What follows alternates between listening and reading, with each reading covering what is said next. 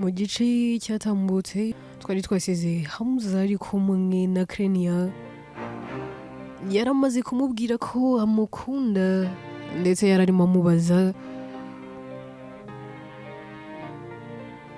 Krenia yararimo abaza Hamza, amubaza ko amubaza ati ese koko ibyo uri yavuga ni ukuri, ese koko urankunda kuko kabimbwira buri munsi, ese kuko urwo rukundo rurahari? Murabyibuka ko twasize Dr. Hamza amaze kubwira Krenia ati ntabwo ngukunda, ahubwo ngukunda cyane ndetse ngukunda by'intangarugero. Nta kintu Krenia yari yakamusubije. Muri yacu reka tuyitangirire kuri aba ngaba bombi. Krenia araceceka umwanya munini. Hamza akamureba mu maso akavuga ati mukobwa mwiza,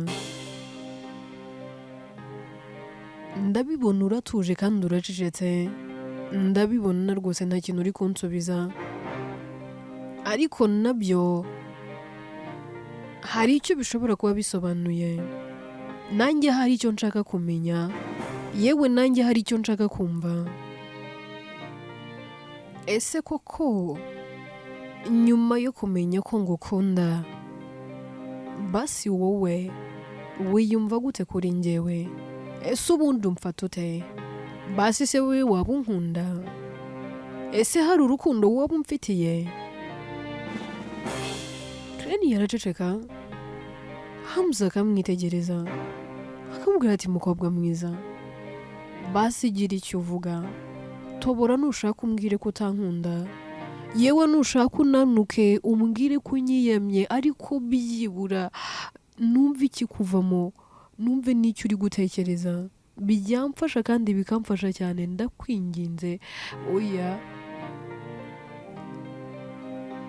wincecekana please.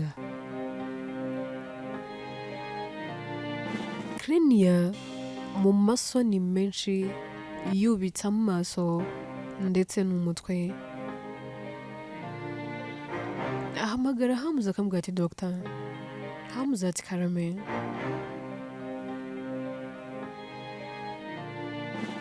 Ati nibyo wenda abakobwa dukunze kwirengagiza no kwigira nkaho nta kintu tuba twabonye, tukamera nkaho nta kintu twitayeho, ariko burya natwe turakunda. Ntago ari mwe mwenyine mukunda, natwe burya tugira umutima, kandi umutima wo gukunda ntibazakubeshye. Burya umuhungu ajya kudetinga umukobwa, ajya kubwira umukobwa ko amukunda, already umukobwa azi igisubizo azamusubiza. Rimwe na rimwe turijijisha tukamera nkaho ari ibintu bidutunguye, tukijijisha tukamera nkaho tugiye kubitekerezaho, ariko ukuri kwa nyako igisubizo tuba turi kumwe nacyo kandi turakigendana. Byose tubikorera ubushake, dushatse twakubwira ngo yego, nangwa se tukakubwira hoya, ariko kubera kwihagararaho no gutinya gucishwamo ijisho, ati wa musore aranseka ati nanjye ahari nari naramushiriye, aseka ati wenda ahari nanjye namukundaga, ugasanga turavuze ngo nzabitekerezaho nzaba nkubwira, ariko mu by'ukuri natwe turakunda, uwo mutima turawugira. Rero Hamza, ntakubeshye wari waratinze, ntakubeshye iteka numvaga warantindiye kubimbwira, nahoraga mfite ubwoba mvuga ntese njye naba ngukunda utankunda. Kuva watangira kuza hano mu rugo, yego ukimvura tukiri mu bitaro, sinigeze niri na rimwe numva umutima wanjye uri kugutekerezaho, ariko kuva watangira kunyitaho, umutima wanjye wose urawuyoboye. Niyo bwije utageze hano mbunze imitima, rimwe na rimwe nkumva naguhamagara, ariko nkagira ubwoba n'isoni. Abakobwa natwe nuko tumera, hari igihe ukunda umuntu ariko iyo ataratobora ngo akubwire ko agukunda ukagiramo akantu k'ubwoba ko kuba wafata iya mbere ngo umwereke ko umwitayeho. Icyo gihe iyo bigenze gutyo hari igihe wenda mutabyakira neza, rimwe na rimwe tuba dufite ubwoba. Ntakubeshye, iyo bwiraga ntakubonye nabaga numva hari ikintu ndi kubura, nanaryama nkagusengera ngasenga nsaba Imana mvuga ati Mana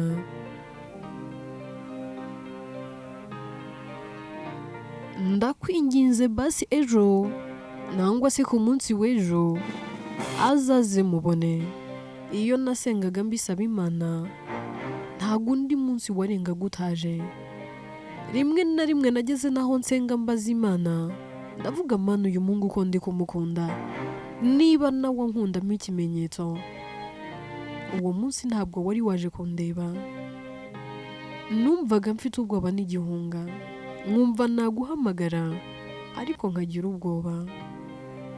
Ndangije mbwira Imana ndavuga ati niba azankunda kandi akaba nankunda basi ejo azaze kundeba.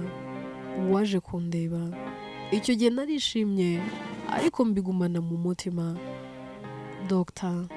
Ntakubeshye, iyo turi kumwe mba numva ntuje, mba numva nuzuye, mba numva ndundi mundu, mba numva agaciro kanjye kiyongereye, mba numva ndi safe, mba numva ndi mu maboko meza. Rero ihumurire uko wakunze ugukunda. Ntabwo namenya ngo hari nagukunze mbere yawe, nangwa se we wankunze mbere y'uko ngukunda, nangwa se tukaba twarakundaniye mu gihe kimwe, ariko icyo nzi ni uko ngukunda. Ntago nitaye ku minsi n'ibihe, ntago nitaye ngo nkunda bingana iki. Icyo nzi ni ingano y'urwo ngukunda. Reka nkubwize ukuri Dr. Mbere nahoranaga ubwoba bwo kwirura ngo mvuge, yewe ngo mbe nakubwira ngo bigende gutya. Rimwe na rimwe niyo naguhamagaraga kuri telefone nabaga numva ngukumbuye ariko nkakuvugisha mfite igihunga n'ubwoba. Nari mfite ubwoba bwo kwerura ngo nerure ubone ko nanjye ngukunda, ariko uhereye none reka mvuge ngo yego nzajya mbikora nerure ubibone. Nari mfite ubwoba ko wansebya nangwa se ukanyanga, ukansebya kubera ko ngukunda. Nari mfite ubwoba bwo gusanga ari njye ugukunda njyenyine wowe utankunda. Ariko uyu munsi ubwo bwoba reka mburenge. Reka noneho mbikubwire nkureba. Yobura amaso akamureba mu maso akamubwira ati Hamza, ntabwo mfite ubwoba bw'uko wansebya kano kanya nangwa se ukanyanga. Icyo nzi nuko ngukunda kandi n'umutima wanjye wose. Nk'uko nabikubwiye, ubwoba nari mfite bwo kuba nakwerura ubwo ndabutaye. Uyu munsi nderuye. Mu buzima bwanjye umuntu wigeze wanzamurira amarangamutima n'umwe, nta nubwo nari nzi ko nzigera mbona umuntu wongera kunzamurira amarangamutima nyuma ye. Hamza ati bureze gato, uwo muntu ninde wigeze wakuzamurira amarangamutima? Kreni ati never mind. Hamza atoya wescapinga, banza umbwire ninde. Kreni ati reka nkubwire. Wait, basi se ubu ngubu nemerewe kukwita babe? Hamza ati yes of course, I'm your babe, you are also mine, so rero nduwawe uri uwanjye. Wemerewe kunyita izina iryo ari ryo ryose ushaka, kuko by now I'm in love with you. Ndi mu rukundo rwawe, ndi mu rukundo nawe, kandi I'm in love deeply. Kreni ati ntabwo uri bubabare se? Hamza ati mbabazwa n'iki? Kreni ati njya numva bavuga ko nta muntu wemerewe kubwira umuntu akunda nangwa se bakundana ibya ex we. Hamza ati aho nahahise hawe hambwire ntacyo bitwaye. Claire ati reka mbanze nkubwire, nta muntu wigeze unzamurira amarangamutima na mbere, nari nzi ko byarangiye. Yewe numvaga nta muntu ushobora kongera gutitiza umutima wanjye ngo anyeganyeze inguni z'umutima wanjye, ariko byageze kuri wowe ibyo nabonaga nk'ibidashoboka birashoboka. Urukundo numvaga ntazongera kugira nararugize birakunda. Hamuze atari kuri kuntindira, uwo muntu ninde? Claire ati rero kuva nkiri muto nakuranye n'umusore witwa Logan, nangwa se n'umwana witwa Logan. Twari tukiri bato. Logan yagiye mba hafi. Logan yari umwana wo mu bakire wari ufite buri kimwe kandi wagiraga imodoka yamuzanaga ku ishuri, ndetse yari afite n'abantu baza no kumucyura. Ariko amaze kwiga imodoka yajyaga yizana akanicyura. Icyo gihe twari tumaze gukura. Logan yavaga mu rugo afite tekawe ebyiri, afite iye n'iyanjye. Nta kintu n'iki na kimwe nigeze mbura Logan agihari. Logan niwe wanguriye telefone ya mbere nziza natunze. Logan niwe wanyambitse neza bwa mbere niga kwambara neza. Logan yarankundaga kandi nanjye nkamukunda. Yamfataga nka girlfriend we, nanjye nkamufata nka boyfriend wanjye, kandi mu kuri twarakundanaga. Hamuze ati none se mwaje gutandukana gute? Claire ati twatandukanye tutangana. Iminsi ni imitindi, amatage ni mabi, atandukanye inshuti. Igihe cyaje kugera kubera ko umuryango uba hanze, mama we na papa we babaga muri Canada. Igihe kiragera baza kumutwara. Icyo gihe nangwa Logan we yari yanabyanze, ntabwo yabishakaga, yumvaga adashaka kunsiga. Ariko kuko nabonaga ari ingenzi, nabonye uburyo ababyeyi be bamukunda, ndavuga ngo ntabwo natuma uyu mugisha wo kuba ari kumwe n'ababyeyi we awuhara. Cyane ko njyewe nabonaga ari umugisha ukomeye. Sinigeze nkurira muri famiye, sinzi uwo nakwita data, sinzi n'uwo nakwita mama, uretse ubu ngubu nabagize. Mbere sinari nzi guhamagara ngo dad, nta nubwo nari nzi guhamagara ngo mama. Numvaga ari nk'inkizi, numvaga ari nk'umugani mu matwi yanjye, numvaga ari nk'amateka, kubera ko sinari mfite abo mbyita. Ntago ayo mahirwe nigeze nyagira, ariko kuko nabonaga aho ufite ayo mahirwe, naremeye ngambanira urukundo rwanjye na Logan. Hamuze ati warugambaniye ute? Claire ati ninjye warugambaniye kugira ngo Logan agende. Namubwiye ko ntamukunda, yewe ntigeze nanamukunda. Namubwiye ko nta n'umunsi n'uyu n'umwe nigeze numva mukunda. Ndangije ndamubeshya, ninjye burya ngufata nka musaza wanjye, ntuzigere umfata nka girlfriend wawe, kuko njye ngufata nka bro. Ndangije nongeraho nti genda ujyane n'ababyeyi bawe, njyewe unsige. Byose nabikoze ngira ngo ndebe kagenda. Uwo munsi nibwo nagambaniye urukundo rwanjye na Logan, urukundo rw'ubuzima bwanjye, umusore wankunze nkiri muto, wanyitayeho mu bwana bwanjye kugeza nkuze. Amaze kugenda rero ubuzima bubi bwaratangiye, nuko natandukanye nawe. Ntekereza ko yagiye andakariye, yewe umenya hari yarananyibagiwe, kuko igihe gishize ni kinini, ashize imyaka myinshi. Ntekereza we ko yanasoje kwiga, ubu ngubu ari hafi no gusoza kaminuza. So rero nuko ibyanjye na Logan byarangiye. Hamuze ati none se uracyamukunda? Claire ati mbere byabanje kungora, numvaga nta n'undi musore nzakunda, yewe numvaga nzakomeza kumutegereza.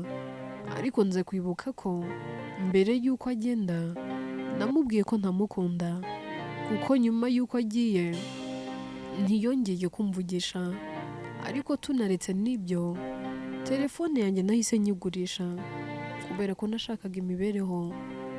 Ntekereza rero ko ubu yanyibagiwe kuko twari tukiri bato, twari mu senior 2 senior 3, kandi aho ngaho ntekereza ko kwibagirwa umuntu kuri iyo myaka byoroshye.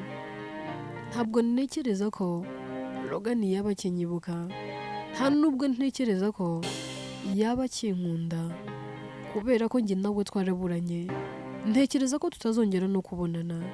So please, ntugire guhangayika, ntubunze imitima. Logan ntawe ugihari. Ndabizi yaranyibagiwe kandi nanjye nuko.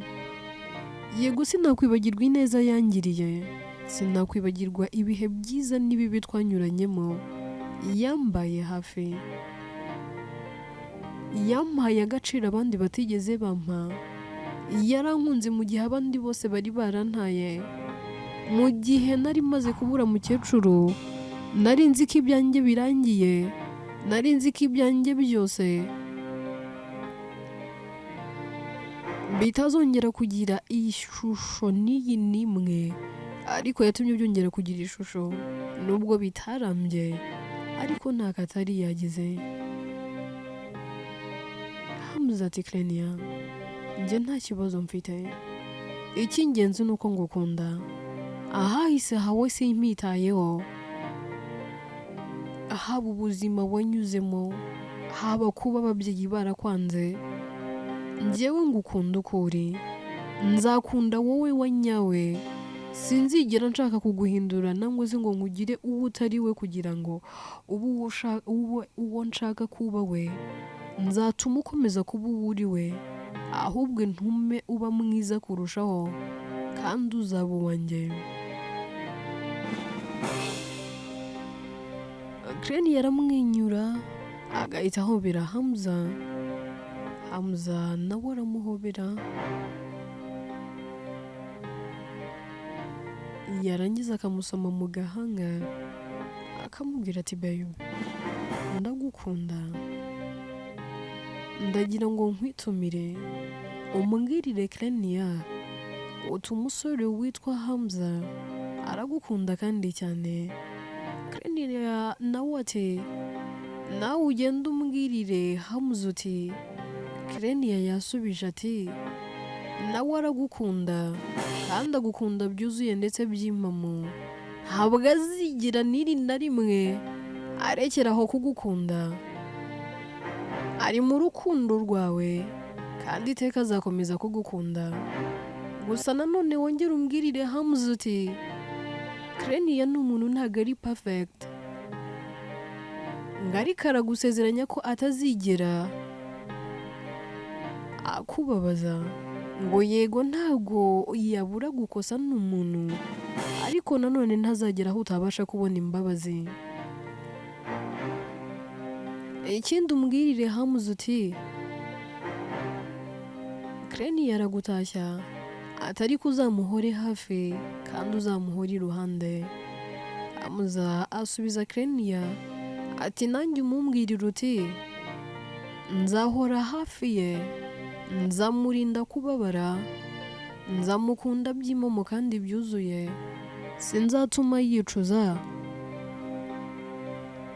Igihe icyo ari cyo cyose nzajya mparanira kumubona asa neza, amwenyura kandi aseka.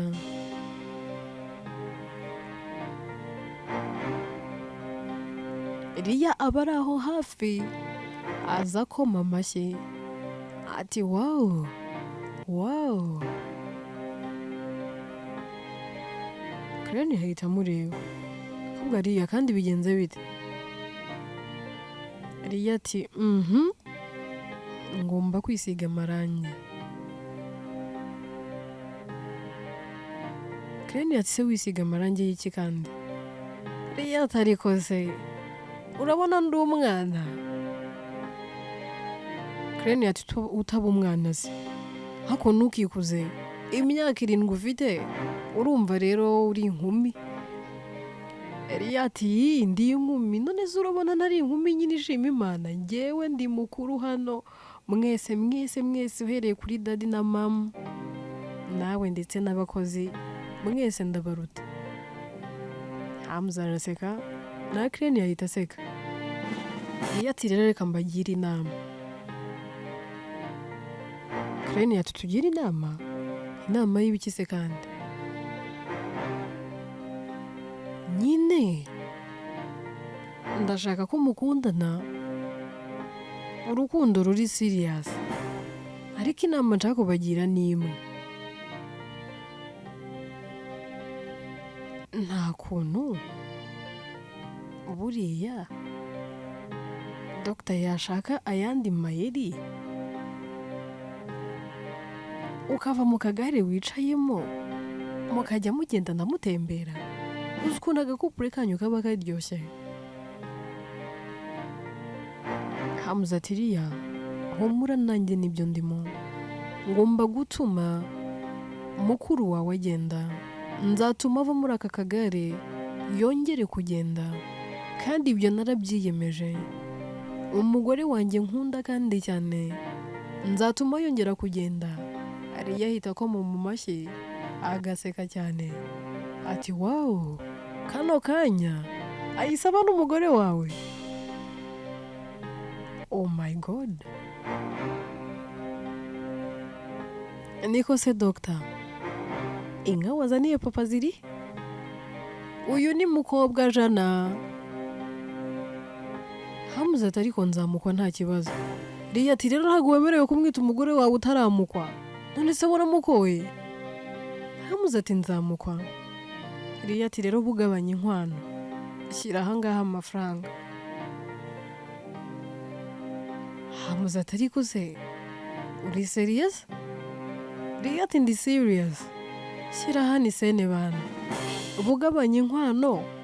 Nyine reka nkubwire rero Dr. uzakwera papa umuha inkwano, ariko nanjye ugomba kumpa inkwano. None se si njyewe wabaye ikiraro kibahuza? Njyewe riya ntahari, nawe na Crane ntimuhari, ni njye wabahuje Dr. sibyo?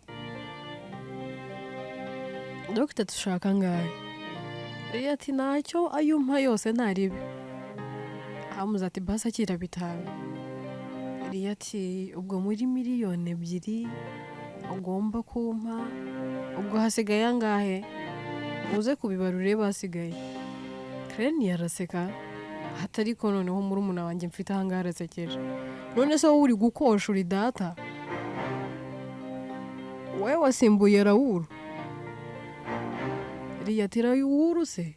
Raoul rega hano ni njyewe sheri mukuru, mwese hano ndabategeka. Raoul buriya ari njye uzamugenera ay'inkwano, gusa urumva ko inkwano ya mbere ni njye ugomba kuyifata. Ahita yindukira akareba Dr. akambwira ati rata Dr. nkubwira n'inka uzaduha se? Hamza araseka ati humura nta kibazo, uzabimbwire kandi niteguye no kuzitanga. Riya ati si wumva se nkunda ababofure batipfuragura nkawe, wowe izo nzakubwira zose uzaziduha. Hamza ati nta kibazo. Riya ati rero reka nkubwire, nimbona umuriza nukuri nzanakwica. Hamza araseka ati reba nukuri Riya wowe unyica? Riya ati ntakwica.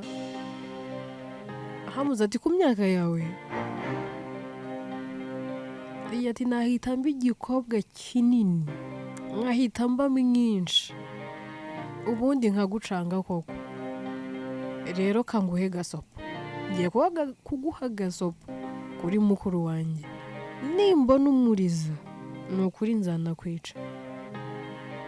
Icyaha icyo ari cyo cyose cyatuma Crane yishima, ni ukuri cyo cyo ntanakiga. Hamza ati se burya ukunda Crane yabigeze aha? Riya ati none wari uzi ko ari we wenyine umukunda? Hano twese turamukunda. Crane yavuye no muri uru rugo, njyewe twajyana, ntabwo yansiga ngo mbyemere. Claire yumva ayo magambo agaturika akarira. Hamuze ati se kandi be bigenze bite kuri ze? Claire ati rega rimwe na rimwe mba numva byandenze, rimwe na rimwe mba nabuze nuko mbifata, ni ukuri birandenga, ibyishimo bigasaga umutima wanjye. Ntabwo nigeze mbona abantu bankundana mbere, ariko uyu muryango warankunze pe. Noneho byagera kuri iriya nkabura icyo mvuga n'icyo ndeka. Uyu mwana arankunda ariko nanjye ndamukunda, nubwo ubona ko ari stubborn ariko ni umwana mwiza. Iyo ahita yegera Claire nawe ari kurira, kavuga ati mukuru wanjye humura, warakomeretse bihagije, ntiwigeze ukundwa, ntiwigeze witabwaho, ariko nk'uko nabigusezeranyije njyewe nawe tugomba kuba umwe. Uri mukuru wanjye nkaba murumuna wawe. Raoul aragukunda ndetse n'akabura kagukunda. Claire ati ariko abo si ababyeyi uba uvuga mu mazina, wibagiwe ko bari ababyeyi bacu? Ria ati ndabizi, none dore hiyongeyeho na Dr. Ese urumva ko kudakunzwe? Urakunzwe mwana wa mama, urakunzwe mukobwa wacu, ni ukuri ihumurire kuko turahari ku bwawe kandi turagukunda.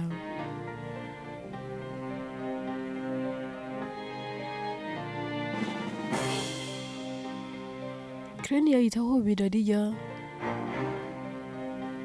ndetse na Hamza bose uwa batatu bagahoberana agafoto kiza cyane. Ria ahita ababwira ati ngaho nimufotore ndi imfura yanyu.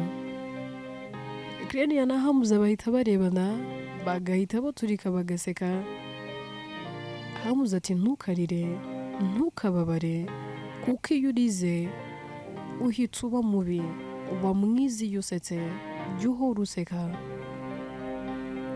Tuve kuri Claire na Hamza twigarukire kwa muganga. Abanansi binjira mu cyumba Deborah barwariyemo kugira ngo barebe ko bamwambika imyenda. Mu kwinjira haba harimo umwijima hafunze, bagacana amatara. Mu gucana amatara basanga Deborah akanuye ariko atabuja. Basa n'abantu batestinga amaso ye ariko bakabona amaso yari gukurikira.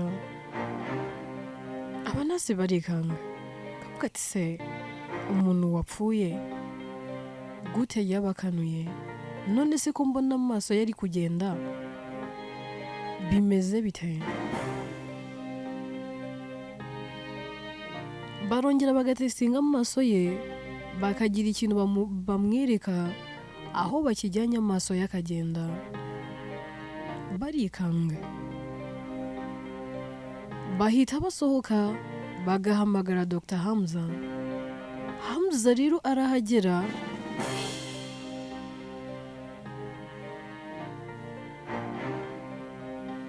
ariko ahagera ubona asa naho atari ari hafi aho, yambaye n'imyenda isanzwe atari imyenda y'akazi. Abanasi bahita bamubwira ati Dr. duhuye n'ikibazo, ati tugize amahirwe duhuye nawe, ese ubundi wari uri he? Hamza ati hari ahantu nari nagiye. None se habaye iki? Hari umurwayi urwaye? Ese hari indembe dufite noneho? Nasi ati no, ariko Dr. mbonye ikintu gitangaje. Wa murwayi umwe twabwiye umuryango we ko yapfuye, hari ikintu kidasanzwe tubonye. Hamza ati se ni igiki kandi? Ubu ngubu yarapfuye kandi twamaze kubibwira n'umuryango. Ntekereza ko ubu mwakabaye mwamugejeje rero muri morgue, hanyuma mukavugana n'umuryango w'igihe bari butwarire umurambo. Ntabwo se niba amayiti ye bahita bayitwara nabyo tukabimenya. Nasa ati no doctor, ibyo uri kumbwira ntago biri guhura n'ibyo nshaka kukubwira, ngwino nkwereke, njyewe mbonye ibitangaza. Habuze ati subonye ibihe bitangaza kandi, ati yewe ngwino urebe. Undi ati buretse mbanze njye kwambara. Aragenda akambara imyenda y'akazi, akaza akinjira, arahagera agasanga abanasi bumiwe. Ati tusanze akanuye, none se mwamusize akanuye?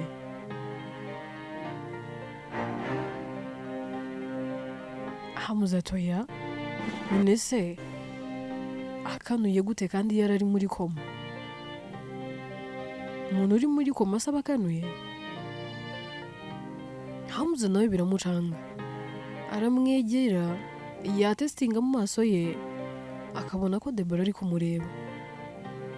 Aramuvugisha akamubwira ati ''Uri kumbona? Uri kunyumva?'' Kubera ko Debora aba atabuja, ntago amusubiza, ariko asubirisha amaso, agasa n'uyakaraga. Hamuza ahita avuga ati noneho ngiye kujya nkubaza, nibiba ari byo urajya ufunga amaso, ariko nibiba atari byo urajya uguma ukanuye. Avuga turi kunyumva? Debora agafunga amaso. Ese wabasha kweguka? Debora akaguma akanuye. Nyina ari kumuha sinyari yuko adashobora kuba yabuja. Aramubaza ati none se urumva hari uburibwe uri kumva? Debora afunga amaso. Akamubaza ati none se wabasha kuvuga? Debora akaguma akanuye, bisobanuye ko atashobora kuvuga, aba yabaye nk'ikiragi.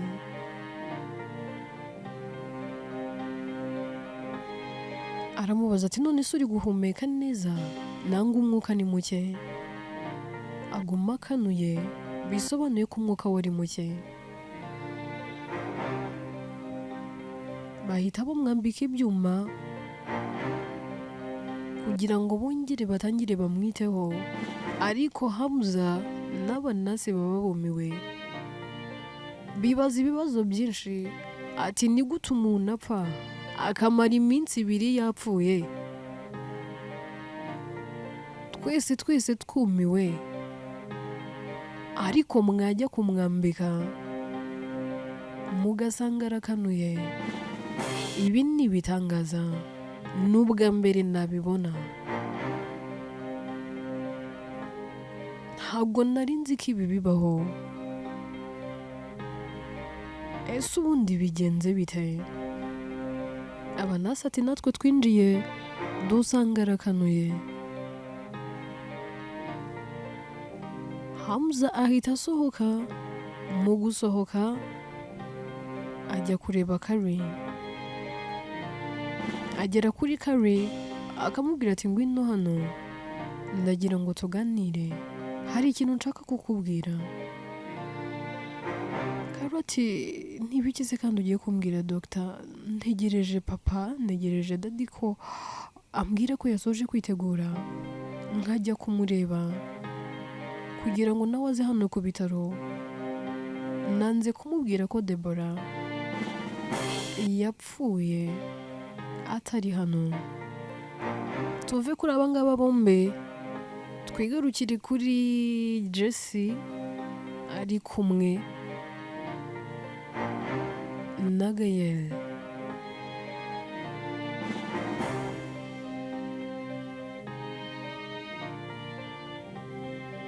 Gael aba aryamye mu ntebe, ariko na Jesse asa n'uwicaye mu maguru ye, agasa n'uwegama mu gituza cye, barimo baganira.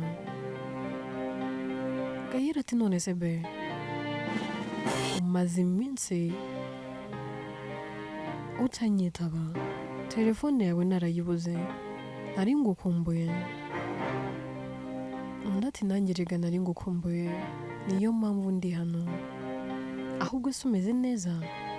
Gael ati ntago meze neza, iyo maze iminsi ntakubona cyangwa se ntakumva, mba numva hari ikintu ndi kubura, kandi ikintu kinini cyane. Jesse ati nibyo se koko? Undi ati yes of course. Nibyo. Undi ati none se usigaye inkunda bigezaho? Gahera ati none se ubundi ni ryari ntigeze ngukunda? Ni ryari nigeze ngabanya urukundo? Ngukunda kandi ngufitiye. Erega urabanza ukanikurikira. Uri udasanzwe mu buzima bwanjye. Undi ati ndakwinginze ntukankunde cyane bigezaho hato utazigera ubabara. Gahera ati ngo iki be? Ufite gahunda yo kumbabaza? Ese muri iyi minsi ko mbona wahindutse? Sigaye mbona witwara ukuntu. Aho uracyankunda nka mbere? Ese aho uracyanyitayeho? Undi ati yego be, ndagukunda kandi n'umutima wanjye wose. Mu myaka 3 tumaranye ni ukuri ndagukunda. Ese hari ikintu naba narakoze gituma uri kunshidikanyaho? Gahera toya, nari maze iminsi narakubuze, nari mpangayitse. Basi reka ngusabe ikintu ntuzongere gutuma mpangayika.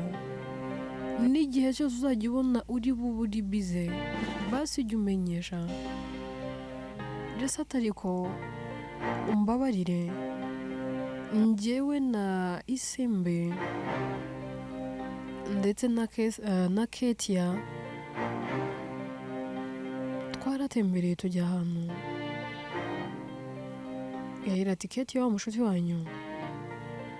Ati wowe wundi uba hanze? Undi ati yego, yaraje turatembera. Tugenda turi bumare iminsi ariko twese twibagirwa amasharijeri, tugenda nta n'iyi nimwe twitwaje. Tugezeyo imiriro iradushirana. Ariko ko twari kumwe ntabwo ibyo gucaginga twabyitayeho. Mbabarira kuko natumye uhangayika. Amubwira gutyo mu mutwe agahita yibuka ko yari yatembeye yajyanye na Logan. Bafashe iminsi 3 bari kumwe bari mu butembere. Atangira kwibuka uburyo we na Logan bari bishimye. Agatangira kwibuka ibihe byiza bagiranye aho batembereye bari kumwe. Akibuka uburyo bari bambaye imyenda bajyanishije akaboko ku kandi. Atwaye imodoka agenda amufashe mu biganza. Akibuka amureba akana ko mu jisho. Akibuka uburyo yajyaga amubwira akamukunda akamwenyura. Gahera ati none se usetse iki? Undi kuko aba ari kure mu bitekerezo ahita yigarura akamubwira ati be, ntacyo nibutse ubuguriye njyewe na Ketia ndetse na Isimbi twari turimo. Bakiri muri ibyo, telefone ya Jesse irasona. Kuri telefone haba handitseho mine. Gahera ahita abibona.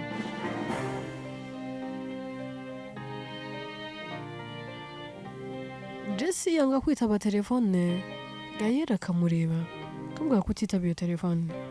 Undi ati ntago ndi buyitabe. Gahera ati kubera icyo utari buyitabe? Kuva ari yari usigaye wanga kwitaba telefone turi kumwe. Jesse ati be, njye nawe turakumburanye, ntago nshaka umuntu turogoya, so please reka uyu muntu tumwihorere. Gahera ati ntago twamwihorera. Ese ubundi ninde ko mbona handitseho mine? Jesse ati ni umuntu usanzwe. Gahera ati niba ari umuntu usanzwe mwitabe kandi ushyire loud speaker. Inkuru yacu reka tuyisubikira ahangaha. Ese Jesse araza kwemera kwitaba iyi telefone nangwa ntago ari buyitabe? Ubundi se ninde umuhamagaye?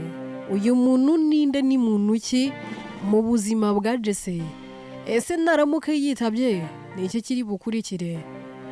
duseze Debora akanuye, ese koko yaba abaye muzima nyuma yo gutangariza ababyeyi ndetse n'umuryango we, inshuti ze n'abavandimwe ko yaba yarapfuye nangwa se yapfuye? Ese koko yaba ari muzima agarutse ibuntu ni buzima? Urukundo rwa Kirenia na Hamza rwatangiye, ariko Kirenia we yumva ko Logan yamwibagiwe. Ese koko Logan yaramwibagiwe, namara kumenya se ko akimukunda azakomeza gukunda Hamza? Byose rero mu bice bizakurikira. Inkuru yitwa Mbabazi Naguha, njyewe nitwa Atete. Inkuru ninjye uyandika kandi ni nanjye uyibagezaho.